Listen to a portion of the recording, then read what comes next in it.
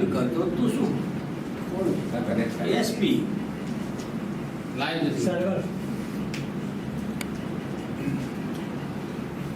લઈ લીધું ને? ચાલો ઓકે તમે રેડી બેટા મિત્રો રોલ યસ રોલ તમે રેડી રોલ ડન. ગુજરાતમાં 4 વર્ષની વાતો ભૂપેન્દ્રભાઈ સરકાર રિન્યુએબલ એનર્જી, જે ચોખ્ખી એનર્જી કહી શકાય એ ક્ષેત્રની વાતો કરતા હોય, પણ છેલ્લા 10 વર્ષમાં કેન્દ્રની સરકાર હોય કે 30 વર્ષમાં ભાજપની ગુજરાતમાં સરકાર હોય, મોંઘું પેટ્રોલ, આસમાને ભાવ, છેલ્લા 11 વર્ષમાં ભારતીય જનતા પાર્ટીની સરકારે દેશના નાગરિકોના ખિસ્સામાંથી 30 લાખ કરોડ જેટલા રૂપિયા ભાવ વધારા અને ટેક્સના નામે, સેસના નામે ઉઘરાવી લીધા છે. એવામાં ગુજરાતના અને દેશના નાગરિકો માટે એક વૈકલ્પિક પરિવહન વ્યવસ્થા તંત્ર એટલે કે ઇલેક્ટ્રિક વ્હીકલ એ જોવા મળ્યું, આશાસ્પદ કિરણ તરીકે જોવા મળ્યું. એના માટે સરકારે કરવા પડતી અમલવારીમાં સરકાર કયા પ્રકારનું કામ કરી રહ્યું છે એનો પોલ રિપોર્ટ એ કેન્દ્રની સરકારે જ આપ્યો છે.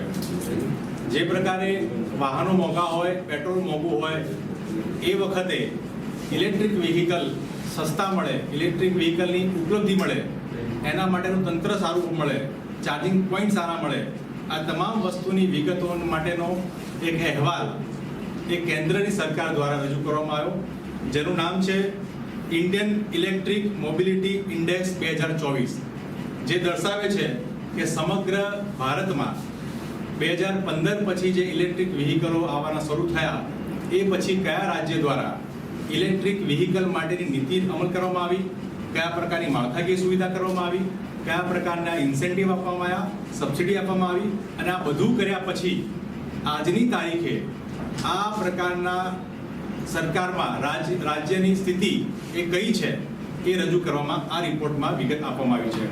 જેમાં ગુજરાતમાં સમગ્ર દેશમાં એ મોબિલિટી ઇન્ડિયન ઇલેક્ટ્રિક મોબિલિટી ઇન્ડેક્સમાં ગુજરાત સમગ્ર દેશમાં 16મા ક્રમાંકે આવે છે, જેના અલગ અલગ પેરામીટર જે દર્શાવે છે. જેમાંનો સૌથી અગત્યના પેરામીટર આપણે વાત કરીએ તો આ રિપોર્ટ જે કહે છે એમાં ખાનગી ક્ષેત્રે નવીનતા, research development, EV charging infrastructure, જાહેર ક્ષેત્રોમાં રોકાણ, ઇલેક્ટ્રિક વ્હીકલ ખાનગીમાં અને કોમર્શિયલમાં કેટલો વપરાશ થઈ રહ્યો છે, આ તમામ વિગતો આ રિપોર્ટમાં આપી છે. જેના સૂચકાંકમાં ગુજરાત 1 થી 10માં પણ ક્યાંય રાજ્યમાં જોવા મળતું નથી.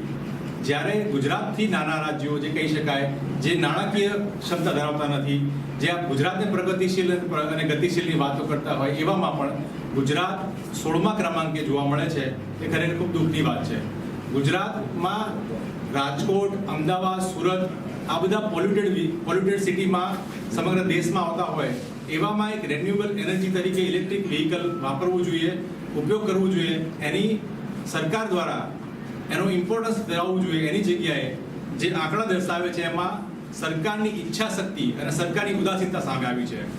જ્યારે 4 વર્ષ સરકાર ભૂપેન્દ્ર સરકારના થયા છે, એ જ પ્રમાણે ગુજરાતમાં ગુજરાત ઇલેક્ટ્રિક વ્હીકલ એક્ટ એટલે કે પોલિસી 2021માં લાગુ કરવામાં આવી. 4 વર્ષ થયા પછી પણ ગુજરાતની જે પરિસ્થિતિ ઇલેક્ટ્રિક વ્હીકલના માળખાકીય સુવિધામાં છે એ આપણી સામે રાખવા માંગીશ. ઇલેક્ટ્રિક વાહનો ખરીદવામાં અને સરકાર દ્વારા પ્રોત્સાહન કરવામાં 17મા ક્રમાંકે ગુજરાત આવે છે, જ્યારે આમાં માત્ર 39 પોઈન્ટ્સ એમને કવર કર્યા છે 100માંથી મળવામાં આવે છે. રિસર્ચ એન્ડ ડેવલપમેન્ટ જે ખૂબ મહત્વનું કહી શકાય, ઇલેક્ટ્રિક વ્હીકલમાં રિસર્ચ એન્ડ ડેવલપમેન્ટમાં ગુજરાતનું કયું સ્થાન છે તો એ આખા દેશમાં 12મા સ્થાને આવે છે અને માત્ર 46 સ્કોર એને અચીવ કર્યો છે.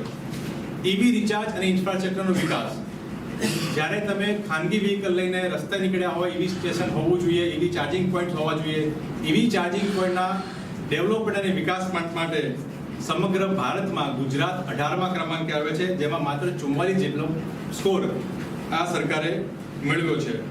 સૌથી મહત્વની વાત, ખાનગી ઇલેક્ટ્રિક વ્હીકલો, સરકાર પોતે તો ઈચ્છતી નથી કે પોતે સરકારના તંત્રમાં ઇલેક્ટ્રિક વ્હીકલનો ઉપયોગ થાય, પરંતુ ખાનગી જે ઉપયોગ કરી રહ્યા છે એમાં પણ 15મા ક્રમાંકે આવે છે અને 51નો સ્કોર એમને અચીવ કર્યો છે.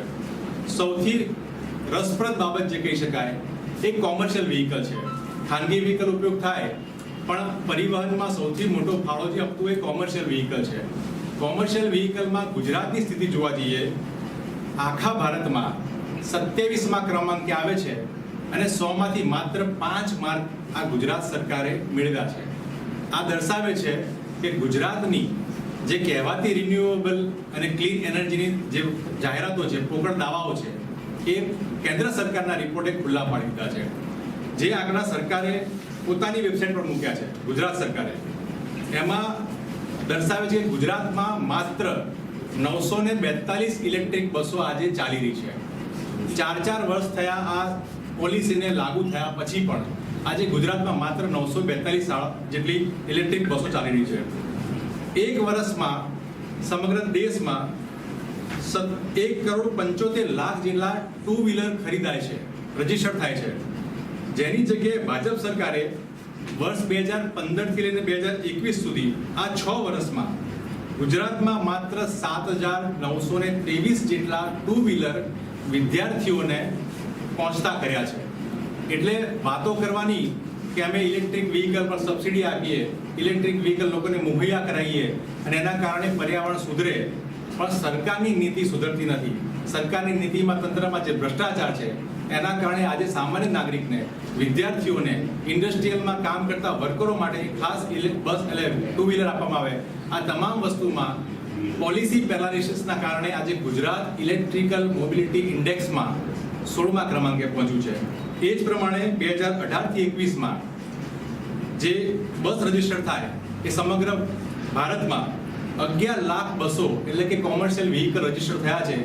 જ્યારે ગુજરાતમાં 2018થી 21માં માત્ર 77 જેટલી ઇલેક્ટ્રિક વ્હીકલ એ ગુજરાતમાં રજીસ્ટર થઈ છે. એટલે દર્શાવે છે કે ગુજરાતની જે કહેવાતી ઇલેક્ટ્રિકલ માટેની, રિન્યુએબલ એનર્જી માટેની જે પોલિસી છે એ પોલિસી પેરાલિસિસ છે. 4 વર્ષ થયા પછી પણ જો સરકાર નાગરિકોને પેટ્રોલ ડીઝલ મોંઘું થયું હોય, ઇથેનોલમાં 20% ભરીને પેટ્રોલ આપવામાં આવે અને એમાં પણ એમને રાહત ના આપવામાં આવે, ત્યારે નાગરિક જ્યારે ઉત્તમ વિકલ્પ તરીકે ઇલેક્ટ્રિકને જોતો હોય અને એમાં સરકારની આ ઉદાસીનતા હોય, ત્યારે ખરેખર ગુજરાતના નાગરિકોને જે મળવાપાત્ર હક અધિકાર કહેવાય, મળવાપાત્ર રાહત કહેવાય, એ રાહત મળતી નથી. સરકારના પોતાના રિપોર્ટમાં આ પ્રકારનો ખુલાસો થાય ત્યારે આપના માધ્યમથી ગુજરાતની સરકારને પૂછવા માંગુ છું કે છેલ્લા 4 વર્ષથી સરકાર શું કરતી હતી? સરકાર માળખાકીય સુવિધામાં પાછળના ક્રમાંકે આવે, સરકાર રિસર્ચ એન્ડ ડેવલપમેન્ટમાં કંઈ ના કરે, સરકાર કોમર્શિયલ વ્હીકલમાં માત્ર 5 માર્ક લઈને આવે. એટલે દર્શાવે છે કે સરકારે સત્વરે માળખાકીય સુવિધા જેવી કે ઇલેક્ટ્રિકલ ચાર્જિંગ, જેવી કે રિસર્ચ ડેવલપમેન્ટના સેન્ટર, જેવી કે ખાનગી વ્હીકલોની પરચેસમાં એમને સરકારે કામ કરવું જોઈશે અને તાત્કાલિકપણે આ પ્રકારની કામગીરી કરે એવી કોંગ્રેસ પક્ષ માંગ કરે છે.